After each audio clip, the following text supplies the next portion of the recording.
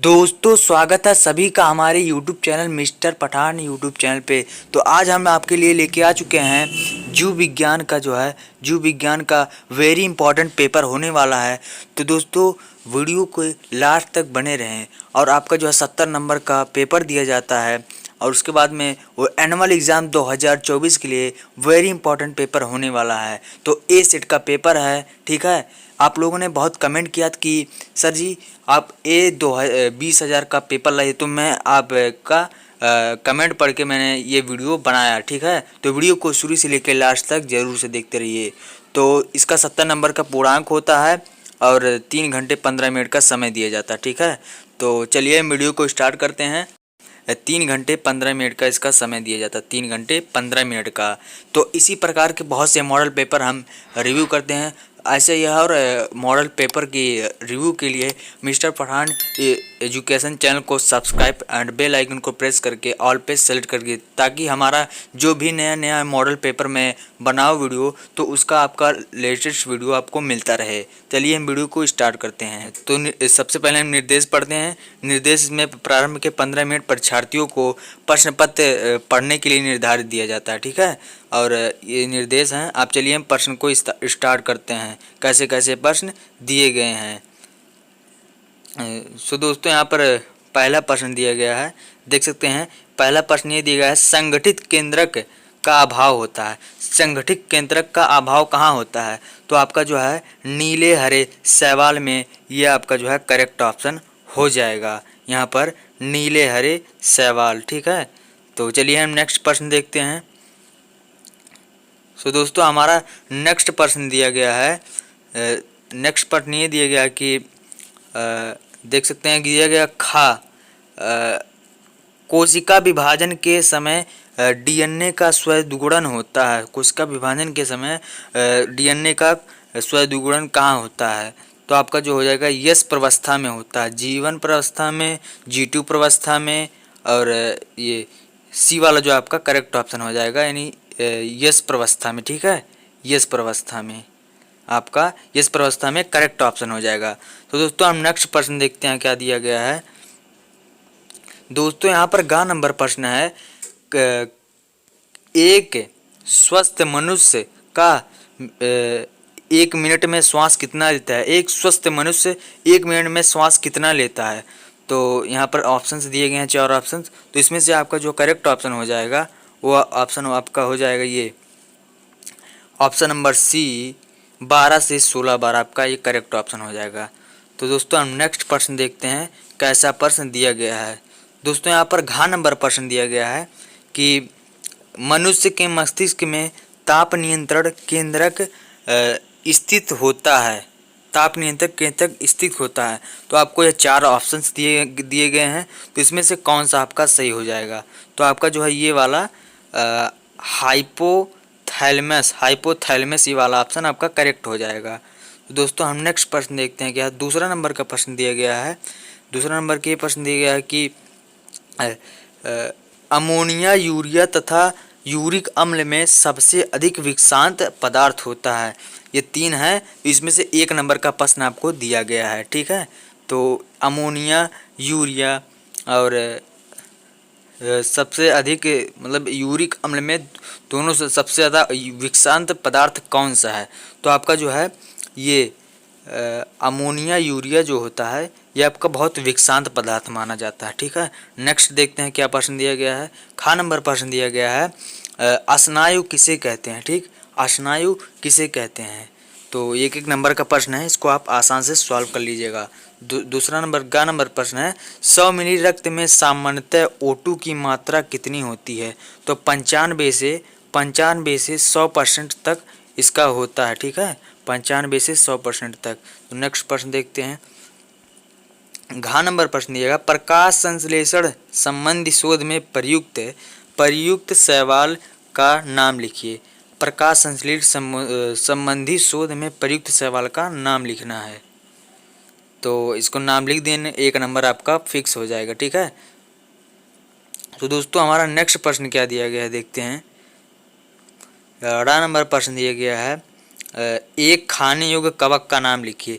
एक खाने योग्य कवक होता है, उसका आपको नाम लिखना है। ये आपको कमेंट करके हमें बताना है, ठीक है। आपके ऊपर ये प्रश्न हम छोड़ देते हैं, आपको कमेंट में करके इसको बता देना है। तो दोस्तों हमारा नेक्स्ट प्रश्न क्या है देखते हैं। दोस्तों आपका यहाँ पर तीसरा प्रश्न देख सकते हैं दिया गया है। तीसरा नंबर का प्रश्न ये दिया गया है कि वायरस से वायरॉइड कैसे भिन्न होते हैं। खा नंबर है वर्ग वर्ग कॉन्ड्रिथ्लीज की 2 विशेषताएं लिखिए। इसका 2 विशेषताएं लिखना है, आपको 2 नंबर दिया जाएगा। गा नंबर प्रश्न दिया है मानव शरीर की प्राकृतिक विनाशी कोशिकाएं किन्हें कहते हैं, ठीक।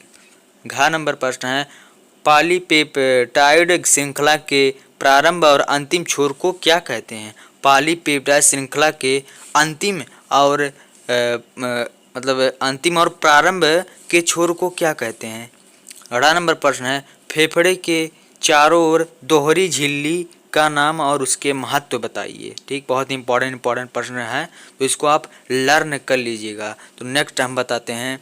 सो दोस्तों यहाँ पर चौथा नंबर प्रश्न दिया गया है टैक्सान तथा वंश किसे कहते हैं। टैक्सान और वंश, आप इसको देख सकते हैं, टैक्सान और वंश किसे कहते हैं, ठीक। 3 नंबर का प्रश्न है, वेरी इंपॉर्टेंट प्रश्न, आप इसको लर्न कर लीजिएगा, ठीक है। वेरी इंपॉर्टेंट प्रश्न होने वाले हैं। तो देखते हैं हम, खा नंबर प्रश्न दिया गया है। खा नंबर यहाँ पर देख सकते हैं प्रोटोनीमा पर सचित्र टिप्पणी लिखिए। सचित्र यानी कि एक आपका चित्र इसको बनाना है, एक चित्र बनाना है आपको, एक चित्र, उसके बाद में आपको इसको संक्षिप्त एक टिप्पणी लिखना है, ठीक। गा नंबर प्रश्न है। सो स्टूडेंट्स हमारा गा नंबर बच्चों यहाँ पर गा नंबर प्रश्न दिया गया है धमनी और सिरा में अंतर। यार क्लास 10th थे, आप पढ़ते ही आ रहे होंगे, तो आपको बहुत आसान ये प्रश्न दिया गया है। धमनी और सिरा में अंतर 3 नंबर, तीन अंतर आपको ये लिखना है, आपको 3 नंबर प्रोवाइड कर दिया जाएगा, कोई दिक्कत वाली बात नहीं है। सो दोस्तों आपका जो है घा नंबर प्रश्न है वृक्क के कार्य में जकस्ता गुण उपकरण JGA का महत्व लिखना। 3 नंबर इसमें भी आपको दिए जाएंगे, इसको तैयार कर लीजिएगा।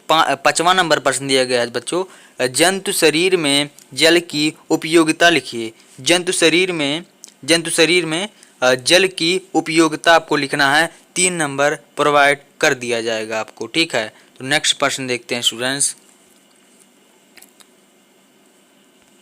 सो बच्चों यहाँ पर देख सकते हैं घा नंबर प्रश्न दिया गया स्तनी और सरीसृप में अंतर स्पष्ट करना, आपको 3 अंतर आपको स्पष्ट करना, 3 नंबर इसमें भी दे दिए जाएंगे। गा नंबर प्रश्न है न्यूरॉन की संरचना नामांकित चित्र बनाइए। घा नंबर प्रश्न है एस्ट्रोजेंस कहाँ पाए जाते हैं। एस्ट्रोजेंस कहाँ पाए जाते हैं, क्लास 10th में आप पढ़े होंगे, इसको आप आसानी से सॉल्व कर, इसका कार्य भी लिखना है, आपको 3 नंबर दे दिए जाएंगे, ठीक।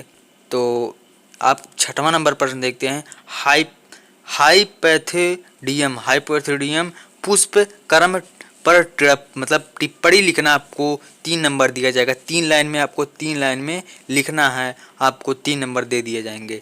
तो दोस्तों बच्चों यहाँ पर खा नंबर प्रश्न है अस्थि तथा उपस्थिति में अंतर लिखना है। अस्थि और उपस्थिति में अंतर लिखना है। तो बच्चों हमने आपको बताया कि अस्थि और उपस्थिति में अंतर आपको लिखना है, 3 नंबर आपको आसान से दे दिया जाएगा, कोई दिक्कत वाली बात नहीं है। ये आपको तैयार कर लेना है ताकि आपके बोर्ड एग्जाम में जो है ये क्लास 12th में कोई दिक्कत वाली बात ना हो, आप उसमें भी आसानी से सॉल्व कर लीजिएगा, ठीक है। इसलिए एनुअल एग्जाम लिया जाता है पेपर, आपको इसको प्रैक्टिस करने के लिए आपको लिया जाता है पेपर ये, ताकि आपको बोर्ड एग्जाम में कोई दिक्कत ना हो। तो इस प्रश्न को आपको तैयार कर लीजिएगा, तैयार, ठीक है, तैयार आसानी से कर लीजिएगा। तो हम नेक्स्ट प्रश्न देखते हैं। सो बच्चों यहाँ पर दिया गया है 9वां मतलब गा नंबर का प्रश्न क्रॉसिंग ओवर पर टिप्पणी लिखिए। 3 नंबर प्रश्न दिया जाए, मतलब 3 नंबर इसमें आपको दिए जा रहे हैं, ठीक है। सो तो बच्चों यहाँ पर दिया गया घा नंबर C3 एवं C4 पादपों की पत्ती की शारीरिकी में अंतर लिखिए। मतलब C3 और C4 में पादपों यानी पेड़ पौधों की पत्ती की शारीरिक में अंतर लिखना, 3 नंबर इसमें भी आपको आसानी से मिल जाएगा। सो बच्चों यहाँ पर 7वां नंबर प्रश्न दिया गया, अथवा करके इसमें प्रश्न दिए जाते हैं, ठीक है। तो 7वां नंबर दिया हीमोग्लोबिन क्या है। हीमोग्लोबिन क्या है, हमारे ब्लड में जो होता है, जो हमारा ब्लड जो जिसलिए लाल होता है, जो लाल हमारा मतलब कण जो पाया जाता है हमारे ब्लड में, वो उसी को हम हीमोग्लोबिन कहते हैं। अगर हमारे शरीर में हीमोग्लोबिन की कमी हो गई, ठीक है, तो हमको कमजोरी होगी, कमजोरी महसूस होगी, मतलब हम अच्छे से नहीं रह पाएंगे, ठीक है। हीमोग्लोबिन की कमी होने से आदमी कमज़ोर पड़ जाता है, ठीक है। तो यही था हीमोग्लोबिन। यह कहाँ पाया जाता है? यह ब्लड में पाया जाता है, ठीक है। ऑक्सीजन का परिवहन किस प्रकार होता है, ठीक। ये लिखिए या ये लिखिए, ठीक है। 8वां प्रश्न देखते हैं दोस्तों। यहाँ पर 8वां नंबर प्रश्न दिया गया है, प्रतिवर्ती क्रिया किसे कहते हैं? प्रतिवर्ती चाप नामांकित चित्र बनाइए, ठीक है। उदाहरण सहित प्रवृत्ति को समझाइए, उदाहरण सहित प्रवृत्ति को समझाइए। या ये करिए, ठीक, कोई दिक्कत वाली बात नहीं होगी। बच्चों यहाँ पर अथवा करके प्रश्न दिया गया है, मतलब ये आपको ये 8वां वाला करना है। ये करिए अथवा करके, मतलब कि आपको 2 प्रश्न दिए जाते हैं, उसमें से आपको एक करना है, ठीक है। तो देखते हैं अथवा प्रश्न दिया गया, गुणसूत्र की जैव रासायनिक संरचना का सचित्र वर्णन। गुणसूत्र आप क्लास 10th में पढ़ेंगे, 9th में पढ़ेंगे, बहुत आसान है। तो दोस्तों यहाँ पर हम 9वां प्रश्न देखते हैं, यानी लास्ट प्रश्न हमारा है। लिख दिया गया है 9वां, डीएनए की संरचना तथा कार्य सचित्र वर्णन करना। 5 नंबर मिलेंगे। वेरी इंपॉर्टेंट प्रश्न है। डीएनए आरएनए में अंतर पूछ लेता है, डीएनए की संरचना, आरएनए की संरचना, इसका सचित्र वर्णन, तो इसको आप देख लीजिएगा, ठीक है। तो अथवा करके प्रश्न दिया गया है, या ये 9वां करिए या अथवा प्रश्न दिया गया, या इसको कर सकते हैं। प्रकाश संश्लेषण से आप क्या समझते हैं?